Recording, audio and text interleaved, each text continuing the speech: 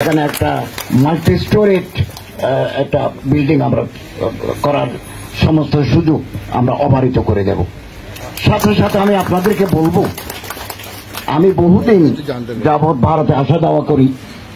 আমার doctoral thesis এর একজন এক্সামিনার লখনৌ বিশ্ববিদ্যালয়ের, ওখানে গেছি, লখনৌতে গেছি, কানপুরে গেছি, দিল্লি গেছি, আজমির গেছি, বড় বড় মাজার যেগুলো আছে এগুলো দেখেছি।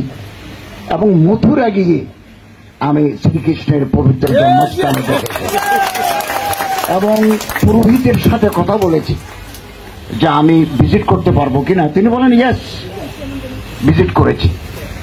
উনি আমার একটু ব্রিফ করলেন যে শত শত বিধবাকে এই মন্দির থেকে ওনাদের ভরণ পোষণের ব্যবস্থা করা হয়। আমি আশা করব এখানে যদি একটা মাল্টি স্টোরেজ বিল্ডিং হয় এবং বিভিন্ন প্রজেক্টের কাজ চলে, তাহলে অনাথ প্রতিপালন, বিধবাদের ভরণ পোষণ, এই মানবিক কাজও আপনারা করবেন, এটা আমি প্রত্যাশা করি।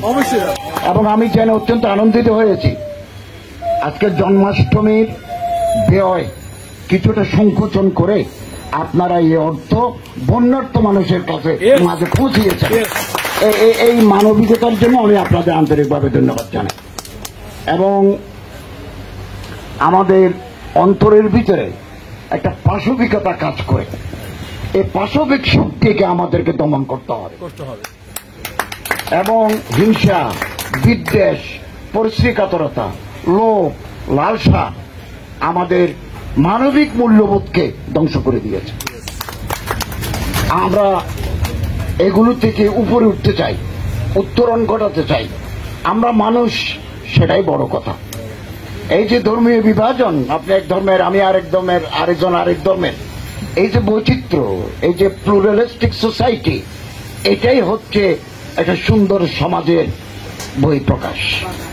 এবং পূজা রোজা আমরা একসাথে পালন করেছি। এই বাংলায় একজন হিন্দু গিরিশচন্দ্র সেন পবিত্র কোরআনের তর্জমা করেছেন এবং হোসেন শাহ, ইলিয়াস শাহের জামানায় ডক্টর দীনেশ চন্দ্র সেন তার বইটি লিখেছেন। রামায়ণ মহাভারত বাংলায় তর্জমা হয়েছে ব্রাহ্মণদের মাধ্যমে, এটার উদ্যোক্তা ছিলেন মুসলমানরা। এবং আপনারা আরো আশ্চর্য হবেন, ভারতের মৈসুর ইউনিভার্সিটির ফিলোসফির প্রফেসর ডক্টর রামাকৃষ্ণ রাও এত বড় একটা ডকুমেন্টারি বই লিখেছেন, বইয়ের নাম Mohammad. It has been translated into various languages of the world. আমি তার ইংরেজি বই পড়েছি, উর্দু বই পড়েছি।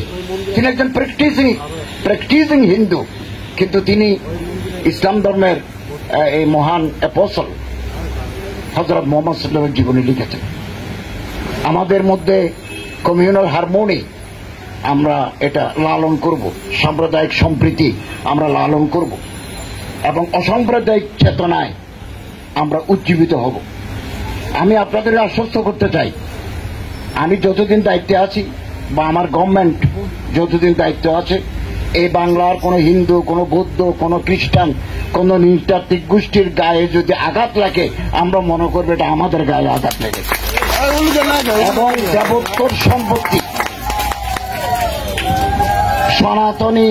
সনাতনী ভাইদের দেবোত্তর সম্পত্তি স্পষ্ট দলিল যদি থাকে, কোন ল্যান্ড ডিসপিউট যদি না থাকে, এগুলো উদ্ধারের জন্য আমার সচিব মহোদয় আছেন, স্বরাষ্ট্র মন্ত্রণালয়ের মাধ্যমে, ল এনফোর্সিং এজেন্সির সহায়তায়, প্রশাসনের মাধ্যমে আমরা এগুলো উদ্ধারের আন্তরিক প্রয়াস চালাব। শুধু দেবোত্তর সম্পত্তি নয়, মুসলমানদের লক্ষ লক্ষ ওয়াকফ সম্পত্তি ব্যাহত হয়ে গেছে। মসজিদ এটা ওয়াকফ করে গেছেন ওনাদের বাপ দাদারা, কিন্তু এটা ভোগ করছেন ওয়ারিসরা। আমরা এটাও চেষ্টা করছি এগুলো একটা জরিপ চালিয়ে জেলা প্রশাসকদের মাধ্যমে বা আমাদের ধর্ম মন্ত্রণালয়ের মাধ্যমে এগুলো উদ্ধার করা যায় কিনা।